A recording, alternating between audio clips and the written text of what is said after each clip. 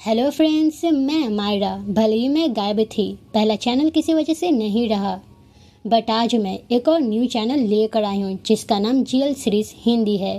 खैर, आज मैं इन लव फॉरएवर करके थाई सीरीज लेकर आई हूँ जिसका सिर्फ 8 एपिसोड होने वाली है और आज मैं सिर्फ फर्स्ट एपिसोड को एक्सप्लेन करूँगी। काफ़ी इंटरेस्टिंग सीरीज है, तो चलिए अब स्टार्ट करते हैं।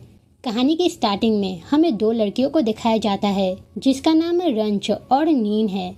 ये दोनों हाल ही में शादी की है, दोनों हैप्पी कपल तो है, बट लाइफ की कुछ ऐसी प्रॉब्लम है जो इन दोनों को अलग कर देगी। खैर, इस वक्त हम दोनों को साथ में देखते हैं, तभी कॉल रिंग होता है जिससे कि रंच उठ जाती है। पहले तो रंच नीन को देखती है जो उसके साथ नहीं थी, फिर वो कॉल देखती है जो उसकी माँ कर रही थी।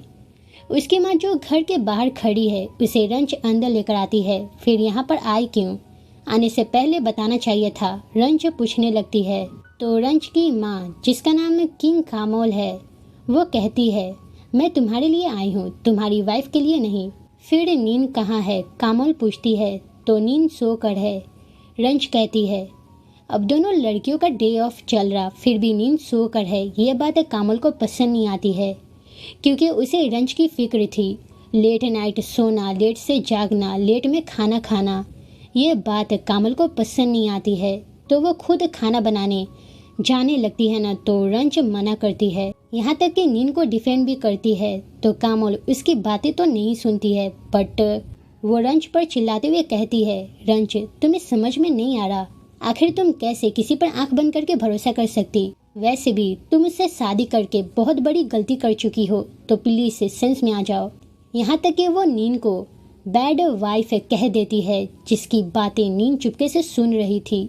तो अब जब बैड वाइफ कहा गया है तो नीन सामने आती है, खैरियत पूछे बगैर यहाँ पर आने का रीज़न पूछने लगती है। तो कामल नीन पर गुस्सा होती है। फिर ऊपर से नीचे देखते हुए कामल कहती है कम से कम ग्रीटिंग तो देना चाहिए था। वैसे भी तुम ये किस तरह के कपड़े पहनी हो, शायद तुम्हारी जैसी रिच लड़कियां ऐसे ही कपड़े पहनती होगी। तो अब नीन कहती है ऐसा नहीं है, मुझे इस तरह के कपड़े पसंद नहीं है, बट रंच को पसंद है तो पहनना पड़ा। अब ये बातें सुनने के बाद कामल चिल्लाने लगती है, उसे रंच का फिक्र होने लगती है। तो नीन कहती है रंच बड़ी है, वो अपना ख्याल खुद रख सकती, खुद से खाना बना सकती है, तो फिर इतना फिक्र क्यों। फिर चिढ़ाते हुए नीन रंच के करीब आती है जिसे देखकर कामल को बर्दाश्त नहीं होता है। यहाँ तक कि मामला बिगड़ते हुए देखकर रंच अपनी माँ को घर जाने को कहती है क्योंकि ये घर नीन का है। तो बिना बताए आने को मना करती है, जबरदस्ती माँ को भगा तो देती है, बट नीन उससे अपसेट हो जाती है। रंच नीन के पास आती है, फिर उससे बात करने की कोशिश भी करती है, बट नीन उससे ढंग से बात तक नहीं करती है। वो कहती है ये घर तुम्हारा नहीं है, तो किसी को भी इनवाइट करने से पहले मुझसे पूछ लेना। फिर कामल को ओल्ड लाउड माउथ कहते हुए कंट्रोल में रहने को कहती है, जिसकी बातें सुनने के बाद रंच को बुरा लगता है। वो इस तरह से बोलने को मना करती है, बट नीन चुप नहीं होती है। वो कहती है क्या तुम मुझे इंसल्ट होने के लिए अपने पास रखी हो, जो चाहे मुझे इंसल्ट कर दे और मैं चुपचाप से सुनती रहूं। मुझसे ऐसा नहीं होगा, मैं हर वक्त डिसिप्लिन में नहीं रह सकती, और हाँ, मुझे बातें सुनाना बंद कर दो।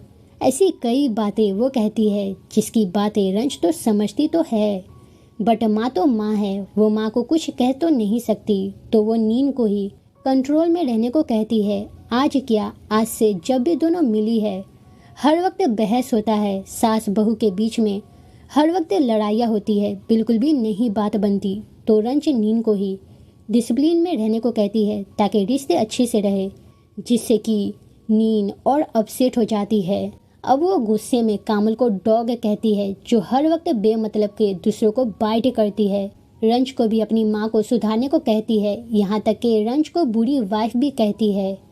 मतलब कि तुम दूसरों के लिए परफेक्ट तो हो, करियर लाइफ हर एक चीज़ में परफेक्ट हो, बट वाइफ की बात आए तो तुम सबसे वर्स्ट हो, तुम्हारा कुछ नहीं हो सकता। मैं तुमसे शादी करके पछता रही हूँ, आज से पहले तुम मुझसे डाइवोर्स मांगी थी ना, चलो आज मैं खुद तुम्हें डाइवोर्स देती हूँ, मुझे तुमसे डाइवोर्स चाहिए। और बस ये सब कहते हुए सीन सीधे नीन के फादर पर शिफ्ट होता है, जिसका नाम थाना है। थाना को डाइवोर्स के बारे में पता चल गई तो बात समझते हुए थाना दोनों लड़कियों से कुछ भी नहीं कहता है, बट एक कंडीशन के साथ डाइवोर्स लेने को कहता है। लाइक रंज को डाइवोर्स के बारे में किसी को भी नहीं बताना होगा, इंक्लूडिंग फैमिली को भी नहीं। इसी तरह से नीन को भी मना किया जाता है, क्योंकि 4 महीने बाद लैप्रिस रेस्टोरेंट ओपन होने वाली है। बहुत इम्पोर्टेंट है, किसी भी तरह से पब्लिक इमेज को स्टेबल रखना है। सिर्फ 4 महीने की बात है, तो ये दोनों लड़कियां मान जाती है। और बस नेक्स्ट सीन में हमें रंज को दिखाया जाता है जो रो रही थी। रंज डाइवोर्स के बारे में अपनी एक फ्रेंड को बता चुकी है, जो सिर्फ नीन के लिए, उसकी खुशी के लिए डाइवोर्स ले रही। रंज रीज़न भी बताती है, जैसे कि रंज माँ और वाइफ दोनों से प्यार करती है, दोनों में से किसी को भी सपोर्ट नहीं कर सकती, ना माँ को छोड़ सकती ना वाइफ को। बट वाइफ खुश नहीं है, तो इसी वजह से वो छोड़ने का फैसला करती है, जिसके बारे में सोचते हुए रंज रो रही थी। वहीं दूसरी तरफ कामोल घर आती है, जिसे आते हुए देखकर उसका हस्बैंड पैट पूछता है, तो उसे कामोल नीन के बारे में बताती है। अब फिर से दोनों के बीच में आर्ग्यूमेंट हो गई, तो पैट आर्ग्यू करने को मना करता है। वो वार्न भी करता है, जैसे कि अगर ऐसा ही चलता रहा तो एक दिन रंज पेशेंस खो देगी। नीन उतनी भी बुरी लड़की नहीं है, तुम्हें उससे नफरत नहीं करना चाहिए। बट कामोल फिर से नीन को ब्लेम करने लगती है। शादी करने के बाद रंज एग्रेसिव रहने लगी, इसका भी ब्लेम नीन को दिया जाता है। नीन अच्छी लड़की नहीं है, जितना भी पैसे वाली क्यों ना हो, वो रंज के लिए सूटेबल नहीं है, कामोल कहती है। हमें इन दोनों की बातों से ये भी पता चलता है कि कामोल स्टार्टिंग से ही नीन को पसंद नहीं करती थी। दोनों जब डेट कर रही थी तब से कामोल नीन को पसंद नहीं करती है। वो कई बार रंज को शादी करने को मना भी की, बट रंज नहीं सुनी, तो इसी वजह से वो अपसेट होकर है। खैर दूसरी तरफ नीन को दिखाया जाता है, जो अपने पेरेंट्स से मिलने जा रही थी।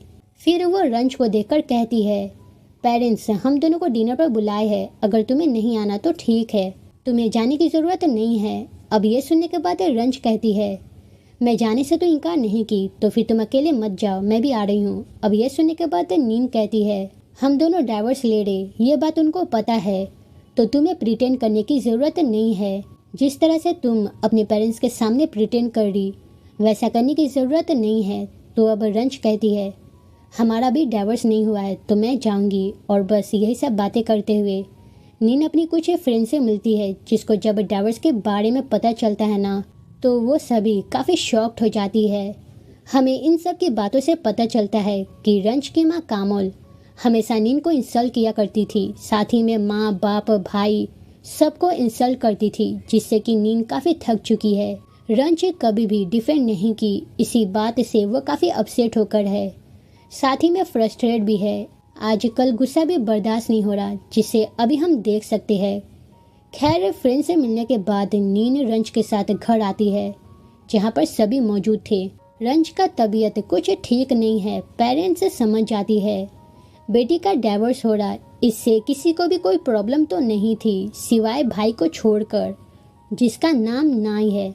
अब यहाँ पर रंज को नीन के पेरेंट्स सेकंड डॉटर की तरह समझते हैं। वहीं नाई अपसेट है, तो वो ड्रिंक सर्व करता है। नीन मना भी करती है, तो रंज पी लेती है, जिसके बाद ही वो आउट ऑफ सेंस में आ जाती है। सिर्फ 2 ड्रिंक लेने के बाद ही उसका बॉडी वार्म होने लगी, जिसको नीन और उसकी माँ खे खाई को संभालना पड़ता है। अब नाई को सब कुछ पता है, फिर भी ड्रिंक क्यों दिया, इस बारे में नीन पूछती है ना, तो रंज नीन को हर्ट की, डाइवोर्स से ले रही, इसी वजह से नाई अपसेट है। इस बारे में नाई नीन को बताता है। फिर नीन को केयर करते हुए देखकर पूछता है, अगर डाइवोर्स हो गया तब तुम क्या करोगी, क्या तुमसे हैंडल हो पाएगा, जिसकी सवालों का जवाब नीन तो नहीं देती है। फिर वो रंज को लेकर अपने घर जाने लगती है, जिस बीच नीन रंज को हंसते हुए देखती है, तो नीन हंसने का वजह पूछती है, तो रंज कहती है, मैं बहुत खुश हूँ, इतना सब कुछ होने के बाद भी तुम मेरे लिए फिक्र कर रही, ये बात मेरे लिए बहुत ही इम्पोर्टेंट है। फिर नीन को अकेले घर जाने को कहती है, बट नीन रंज को लेकर घर आती है। रंज ड्रंक है, तो वो नीन को बैक हग करती है, नीन मना भी करती है, तो रंज उस वक्त का याद दिलाती है जिस वक्त सब कुछ नॉर्मल थी। जब भी रंज बैक हग करती थी, तो नीन को काफ़ी अच्छा लगता था, बट ये सब बातें पुरानी हो गई। अब पहले जैसे कोई बातें नहीं रहा। नीन कहते हुए रंज को दूर हटाती है, फिर ये सब करने को मना करते हुए अपने रूम में चले जाती है। नेक्स्ट डे जब नीन ऑफिस से जा रही थी तो उस वक्त उसका कार का बैटरी डेड हो जाती है, यहाँ तक कि कार खराब भी हो जाती है। तो रंज साथ में चलने को पूछती है।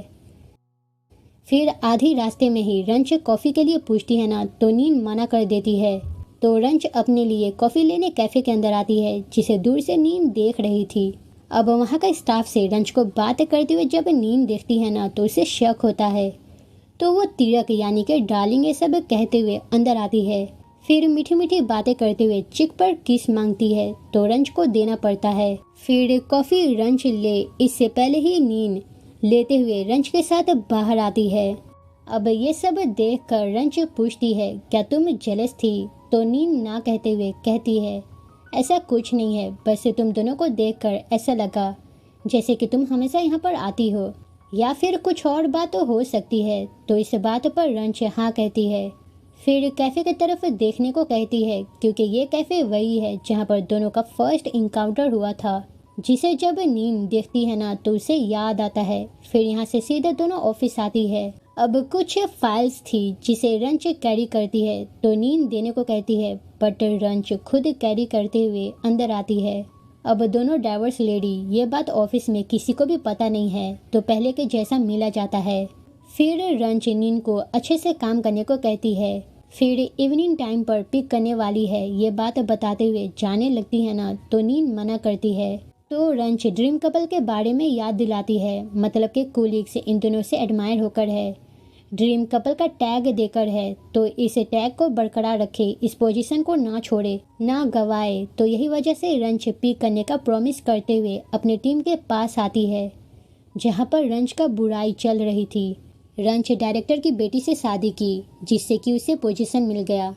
वो इन सब की बॉस बन चुकी है, कोई उसे रिस्पेक्ट नहीं करता है। अगर वो शादी नहीं करती तो उसका बात कोई नहीं मानता। ऐसी बहुत सी बातें ये सब करने लगती है, जिसे रंज चुपके से सुन रही थी।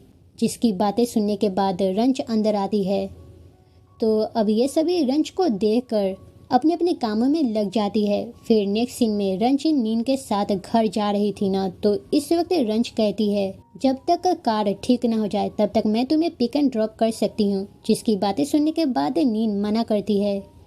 फिर वो रास्ते को नोटिस करती है, जो घर ना जाकर कहीं और जा रही थी। तो हम कहाँ जा रहे, नीन पूछती है ना, तो रंज लंच के लिए पूछती है। फिर जब दोनों रेस्टोरेंट आती है, तो इस वक्त रंज नीन का फेवरेट डिश ऑर्डर करती है, जिसे देखकर नीन कहती है, अभी नाइस बनने की ज़रूरत नहीं है। तो इस बात पर रंज कहती है, मैं बस पहले की तरह कुछ करना चाहती हूँ। अब ये बात सुनने के बाद नीन गलत समझते हुए कहती है, पहले की तरह कुछ भी नहीं रहा, तो तुम ये सब करना बंद कर दो, ज़रूरत नहीं है। या फिर कहीं तुम माइंड गेम तो नहीं खेल रही, कहीं तुम फिर से हार्ट ब्रेक तो नहीं करने वाली।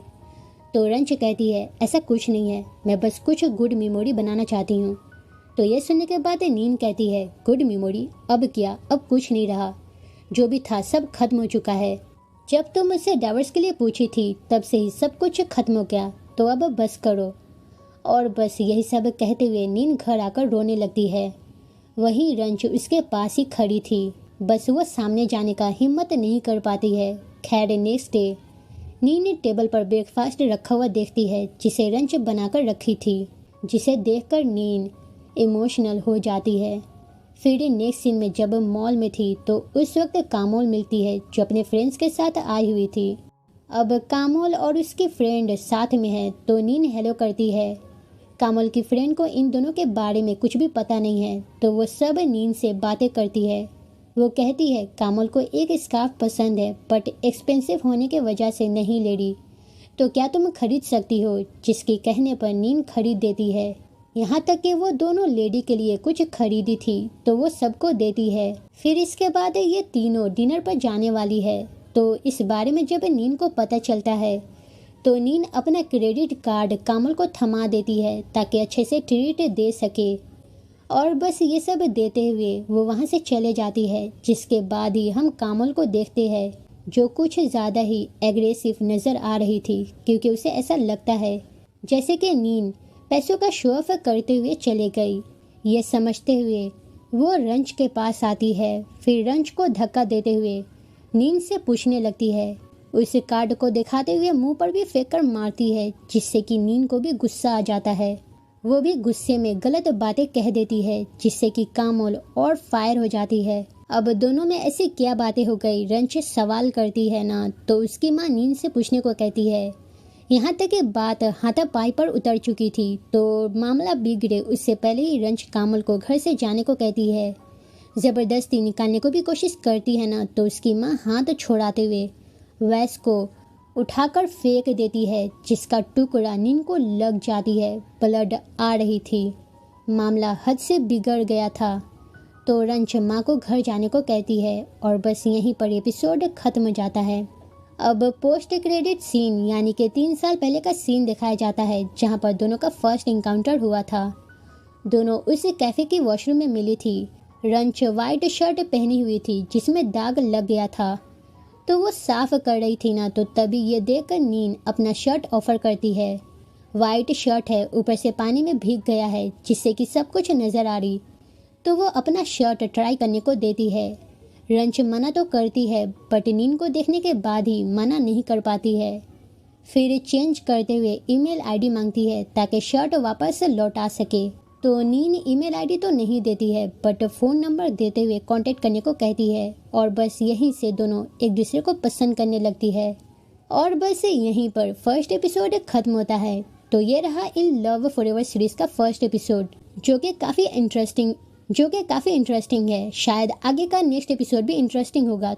तो अगर नेक्स्ट एपिसोड चाहिए तो सब्सक्राइब ज़रूर कर दिए एंड लाइक और कमेंट करके ज़रूर बताएं कि आपको कैसी लगी। खैर, सी यू एंड टेक केयर।